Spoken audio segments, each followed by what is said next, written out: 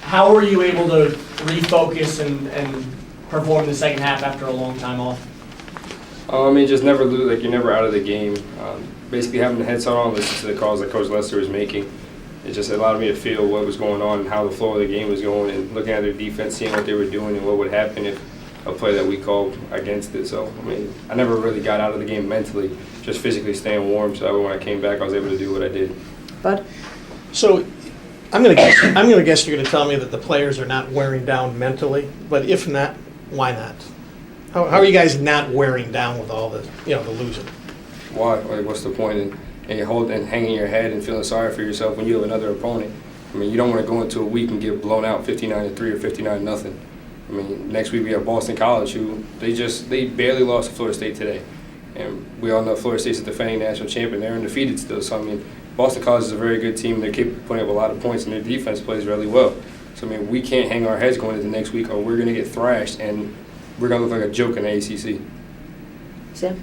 After that really tough, offensive first half, what can you say about that 46-yard play to Ishmael? Do you feel like that kind of swung the momentum a little bit? Definitely got us going. It got everybody a little juiced. I mean, we talk about having the juice a lot. And I mean, when you go into halftime, what were we down, 20, 27 or something? I mean, so it wasn't pretty. But I mean, when you give guys a big play like that, everybody gets juiced, and we get back out there and we get the momentum swinging our way. So I mean, yeah, you could say that. Anything else for AJ today? Jesse? Talk about Ron's touchdown run, just kind of what the jumbo package does for you guys. I mean, it allows us to put bigger, more athletic bodies on the field and run the ball and throw the ball effectively. I mean, having those guys in there, having him and Micah, I mean, they're both very athletic and both can very well play tight end. So putting them out there, it makes our offense a little bit heavier and a little bit more dynamic. Did you think you missed him at all the play before? I know he was waving his hands in the end zone. Yeah, I mean, when getting back to Coach Lester, it's designed differently. So when I saw Josh, I was like, well, I guess Ron didn't get out. So I just threw it away. And then he comes back to me, he's like, no, I was open, I just stopped. So it's not something that I look for. Bud? So AJ, you personally, what is it that you take from this experience going forward into, not next week, but into your career?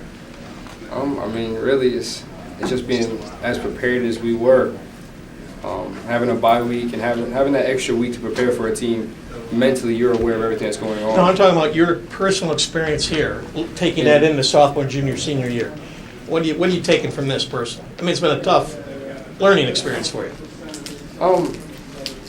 I don't know. I mean, there's a lot of things that I want to take away from it. I mean, leadership. I mean, as I said, we talk about bringing the juice a lot, and I mean, that's one thing I pride myself in is I'm never going to sit down. I'm never going to be quiet. That's just not my personality. I'm flamboyant. I'm loud. That's just how I am. So I mean, just continuing to be that person, making sure that everybody around me is juiced and ready to go and has that same fire and will to win. Do you have a question here? All set? AJ, you had some plays going. You made some plays a big pass like you talked about. Was the rhythm a thing that was a tough thing? You had really just the one series where there was. I mean, we shot ourselves in the foot a lot. I mean, coming from the first drive of the game to where we had a mental error. I mean, between me and my center, I didn't get the call, I guess, loud enough for him to hear it.